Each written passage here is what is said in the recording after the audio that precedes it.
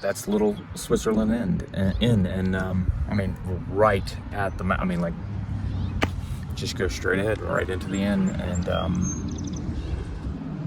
fortunately, this time of year, beautiful weather, fall leaves, they had availability, affordable availability. And I mean, just all these things just lined up to, you know, again, to make me realize that, okay, God, you have me here, you wanted me here. Now I need to listen and hear who I need to share you with. So, you know, I think that it's very important that we would just continue to go throughout life constantly led by Holy Spirit and listening to His voice and